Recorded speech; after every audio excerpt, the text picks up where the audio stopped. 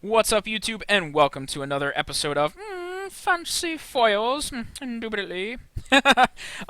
So today's episode, I've got two foils that I want to talk to you about, and then a special little bonus at the end, just kind of food for thought. First card is Void Mage Husher. As you can see, Channel Fireball is completely out of stock, so let's move right on to Troll and Toad. Let's go ahead and talk about the card for those that are unfamiliar with it. It is an uncommon from Time Spiral, 1 blue and 3 colorless, for a 2/2 human wizard with flash. When it comes into play, counter target activated ability, and whenever you play a spell, you may return Void Mage Husher to its owner's hand. Now, as far as I know, this doesn't really have playability in Modern and Legacy, but where this card really shines is EDH. And as we all know, a lot of EDH players, they love shinies. Guilty as charged. But the deck that I'm focusing on, and it's of course my deck, Animar, Soul of Elements. Void Mage Husher is just incredible in that deck. So Animar, for every +1/+1 counter on Animar, it reduces the casting cost of your creature's colorless mana by 1. So if Animar's got 3 +1/+1 counters, Void Mage Husher costs 1 blue for you to cast. And then on the flip side, every time you cast Void Mage Husher, you're adding a +1/+1 counter on the Animar. And the fact that Void Mage Husher has a built-in way to return itself, to constantly keep pumping Animar, is just fantastic.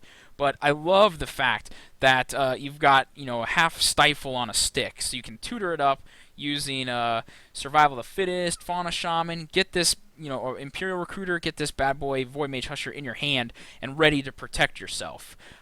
Say somebody's getting ready to, I don't know, strip mine one of your lands that you really need.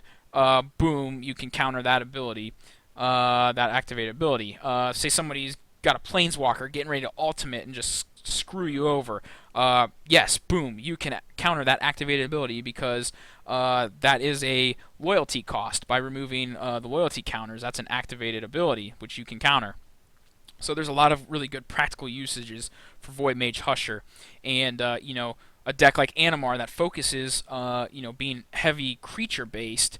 This card is just amazing, and I think that's kind of what's showing the price trend to going up. So here on Troll and Toad, you can see that they've got a foil near mint for $7.19. On Star City Games, they've got near mint for $6. They got a moderately played for $4. And then we'll take a look at eBay. eBay has the awesome $5 Void Mage Husher with a picture of Fabricate. So roll the dice on that one. Then we got a couple that are around the $7 range, whatever shipping is, $8.50 here, and then we've got one here for $20. And so that's a pretty big price difference between a lot of these. So you've got, what was that, 1, 2, 3, 4 you're looking at? 4 copies in a respectable price range, and then this $20 price range here, and a couple foreign ones. So let's go ahead and hop over to TCG and see if we've seen like a trend maybe. Oh, baby, look at that. $18, $20, $21. And that's it for the foil Void Mage Husher here on TCG Player. Now, I will say this. Some vendors, occasionally, they'll list them. And I just bought one dirt cheap that I feel like was dirt cheap here on TCG Player. And I'm hoping to, trade it for value and, get some profit off of it. But this card is one to, maybe keep on your radar. If you can pick it up for a couple bucks, I think it's definitely worth it, because people playing EDH decks that want this effect and want this creature to be able to abuse are definitely going to want, the foil version of Void Mage Husher.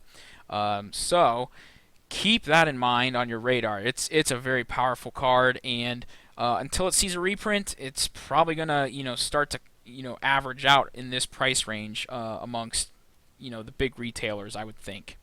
All right, so let's go ahead and move on to the other card. Pause this.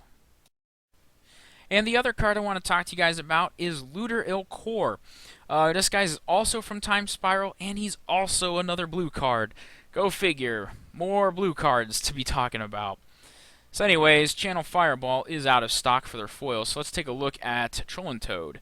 They are also out of stock, but you can see the price point is 15 bucks for this foil common. Non-foil, 35 cents. So big price point discrepancy between the two. The reason being is Lutero Core pretty much is a cube staple.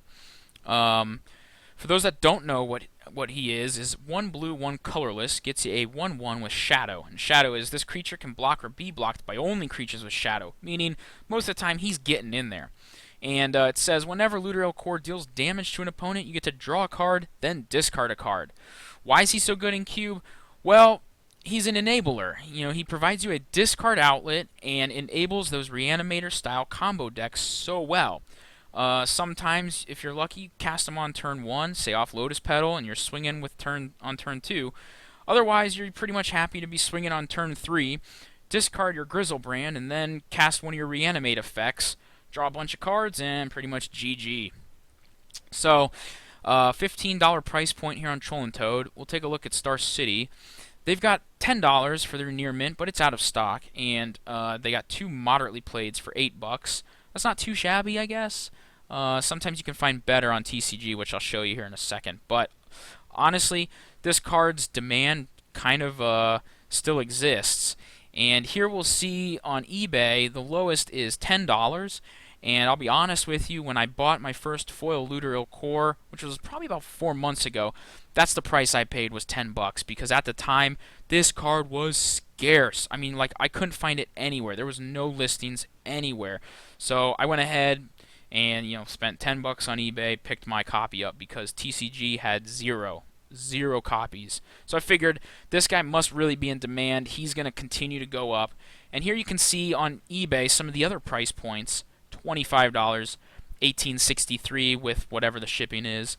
A play set, $25 each. So, you know, at least on eBay, the price point for this foil is hovering around, you know, $20, $25. And then you got this one $10 one. So let's take a look at TCG, which is probably where I recommend buying from anyway, for this card at least.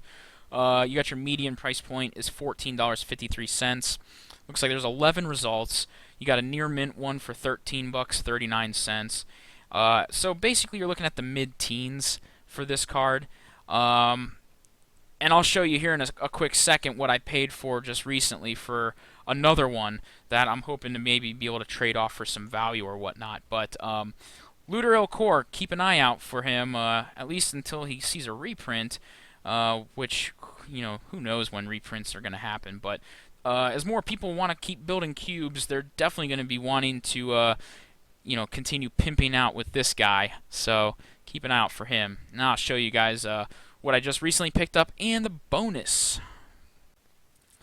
Alright guys, so I just got done talking with you about the current price points of those two cards, and here's my recent pickups of those two cards. I already have them both in my queue, but I wanted to pick these cheapos up for potential trade profit. So here I picked up a Lutero Core Near Mint foil for $3.29, $2 shipping, so throw $1 on that. You're looking at $4.30, and we just said mid-teens for this card.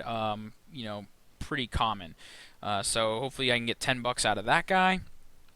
Looking up here, we've got Void Mage Husher, lightly played foil for $2.78.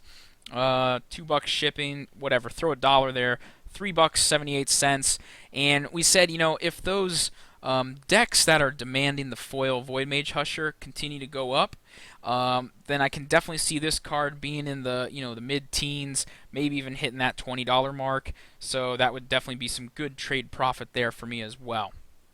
The last thing, the little bonus, is I want to talk to you guys about Magic Deck Builder's Toolkit. You guys are probably like, what the heck? Why are you buying that? Well, hold on, slow down. It is the 2010, the M10 Deck Builder's Toolkit. And I bought it for $22, and it was $11 shipping. Ugh, I know. But $33 for the M10 Toolkit. And what makes this definitely worth it, and for those that don't know, and this is that food for thought for you guys, is the M10... the 4 packs that are inside are the Zendikar block packs. So here we can see on eBay, you've got two listings: a Japanese one for $90 and an English one for $140. That is crazy. All right, so this one is a little, way too high of a price point. Definitely don't pay that. That's terrible. I think our average like 60 to maybe 80 is probably what you're looking at for this, which is still kind of on the high end, but it's kind of got the nostalgic factor in it and whatever. But the packs that come in it, here's a Rise of Eldrazi. You're just looking at price points from Star City. They retail their booster packs of Rise for 12, and World Wake is 15, Zendikar is 15. That's all out of stock. And then M10 is like 5. So you're looking at like $47 retail for those 4 packs. Come over here. This is what else comes in the 2010 toolkit.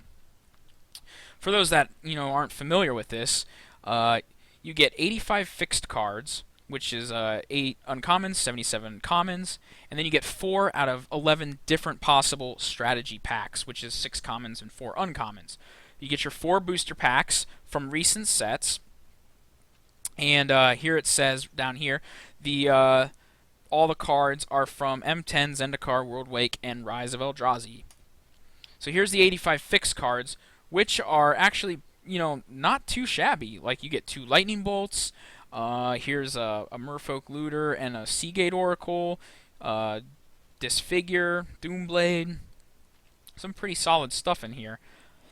Excuse me. And then here's the decks that are included. Some are good, some, yeah, they're whatever. But Into the Royal, another Lightning Bolt, Soul Warden. You got Doomblade. The green-white auras one's kind of cool. Hyena Umbra. I know that that's a card played in Modern. Just some neat little stuff. So, yeah, $33, and I'm going to get to crack open some Zendikar block packs.